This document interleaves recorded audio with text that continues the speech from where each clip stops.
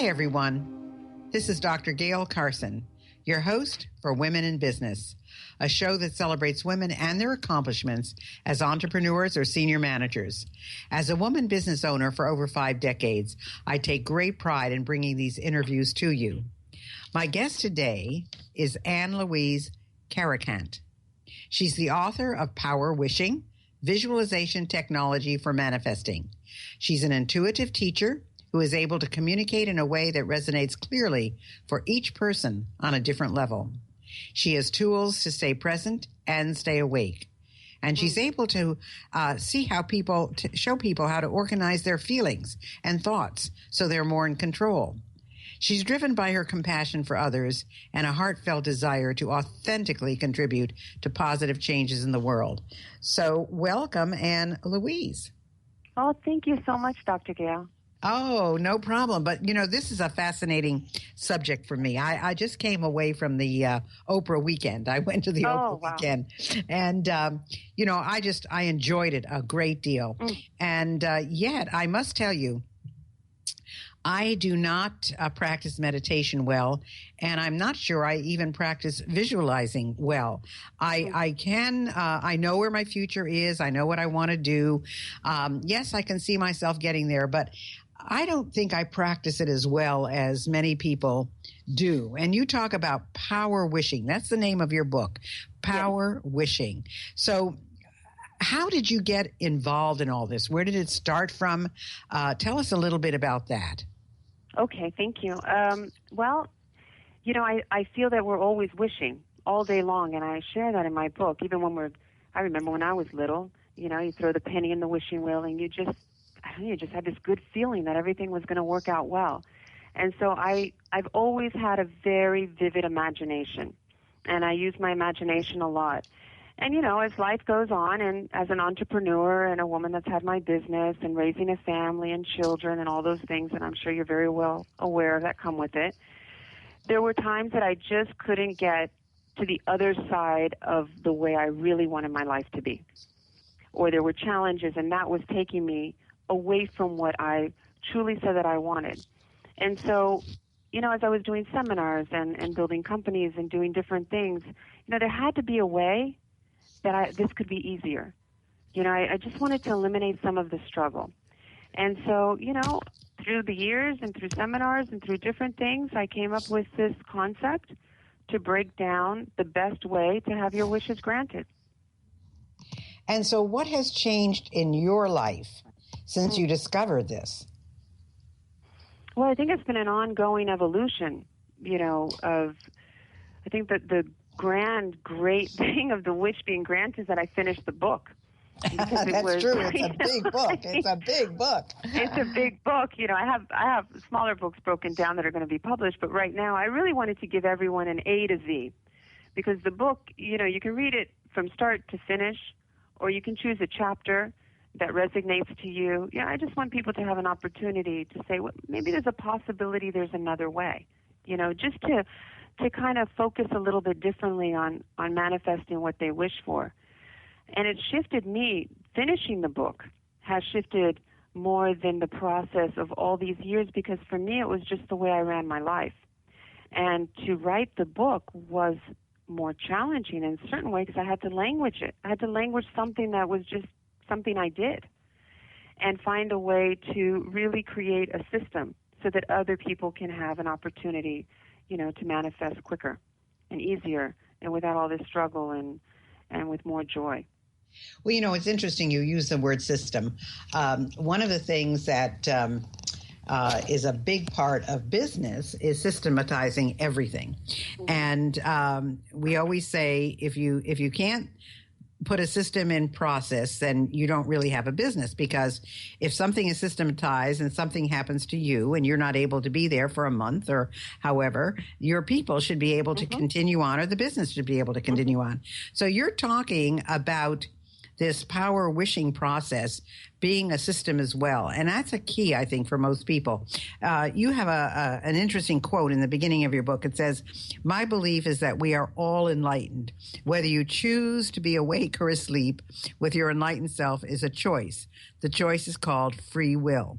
And I think that a lot of people are asleep with their enlightened self. I think that it takes sometimes a trauma in their lives to have them awake to what is or what could be or how they need to think. And I think if everything goes along just fine, people don't give it too much consideration. So what would you say you would tell people that is the first step in this process of wishful thinking? I mean, you said so much. I just love the way that you're framing these questions. You know, it's just so full. First of all, you know, I've awakened myself many different times through challenges, as you said. You know, I just didn't want to do that anymore. I didn't want the jolt that way. So power wishing gives an opportunity that you can wake up proactively. And what's the first step of that is awareness. And when I share system, because, you know, I like to systemize things to just, you know, have efficiency, right? But when I share that in relation to your emotions, you know, I don't mean numb. I don't mean numb or robotic. You're still engaged. But the system is the way you anchor your end result emotionally. So many times we may say, you know, I would love to travel around the world. I'm just giving you an example.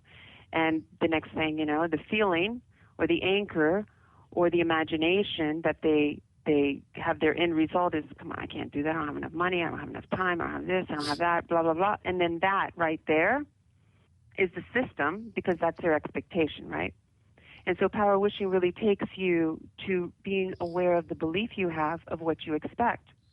And also when you talk about, you know, people awake or asleep, you know, I really believe, as I share in the book, that we're all amazing souls. And even Power Wishing is a transparent book about, you know, some stories of my life, you know, the way that I've dealt with things, you know, some case studies of other clients. But I just really believe that we all are very unique and we have gifts. And sometimes maybe people just don't wake up because they think they have to be a different definition than who they truly are. And so when you're living that kind of duality, you fall asleep. And the book to me is refreshing because people have a chance to say, whoa, let me just try this avenue of what I really love about myself, and let me just play it out here. Let me be awake with this piece. And then they get to be awake with another piece. And all of a sudden, they've created a system of staying more awake by being themselves, which is far, you know, I mean, that's so much easier than to be somebody you're not. And that is so true. So true. Oh, yeah. So true. But it takes practice in the beginning when you're not used to it. Well, that, you know, it's almost when you were talking about imagining taking a trip around the world and saying, I can't afford it. To me, that's almost like serendipity because you say, I want to take a trip around the world. Oh, but I can't afford it. And then, of course, if you didn't say that, that would be a whole different thing. And so if you say, I really want to take this trip around the world, and suddenly within that 7 or 8 or 9 or 10 day period, there comes an ad in the mail or you see something on TV and it shows you, oh, don't you want to take this trip around the world? And then maybe it shows you how you can do it, and maybe it could be financed, or maybe you know you can put it on your credit card and put it and pay for it, you know, which will cost you double or triple, but at least you go. And it's amazing that exactly what you said, awareness, because you could see that ad 100 times and it would never sink in, but the fact that you say, oh, I want to take a trip around the world, and it appears in the next many days, I think is the fact that you are in touch and that you are aware of what is happening. But, you know, you brought up a couple of points. You said you've been in business and that you had started other businesses and so forth. What, you know, this power wishing is something that for a long time was considered kind of a no-no in the business world. And now I think it's becoming much more accepted. Did you ever introduce this into the other things that you did, and how was it received? Oh, I would give, you know, because I was an example of my work. You know, as I shared with you, the book, the challenging part was, the book was to language what comes naturally to me over time, obviously. And so I brought it into companies, and you know, and that's the way that we grew our companies, was through the base of this work. Absolutely, because you said something very interesting. when I shared with you about traveling, on a trip, and then, the but. This but is an emotion. This but is a feeling. And this but becomes a belief of it's not possible, right? And so even if somebody handed you a free trip, the but would just question it and you would be blind to it. And so in companies, what happens is that these buts, are what employees, are feeling because of this, that, and the other. And usually it's because just a lack of visualizing and imagining and knowing how to take that but and not ignore it, because we don't want to be robots. We're emotional beings, and there's a lot of good things to our emotions, and they can support us, they propel us, they create. They've created, I'm sure, the radio show that you're on, and your dreams, they've created for me. But we've got to be aware of when the but comes. And when the but comes, and if it's not what we choose, the outcome, the feeling attached to an outcome we want, we've got to step back in awareness and say, well, how do I want to feel? And what I found is that many people don't know how they want to feel anymore. They kind of just allowing, society like the wind, just take them. And so when people feel again, how do I want to feel? Like, how do I want to feel about this trip? How do I want to feel about going to work? What do I want to feel? That's the piece that power wishing really starts to awaken, is these feelings and this awareness that, I want to feel differently about this. And not only that, I can have the possibility for a different outcome. And so I feel that many people don't want to feel in the corporate world or in your private life because they don't know what to do with it. They don't know what to do with feeling like, I really can't take this trip? Oh my gosh. And leave it at that.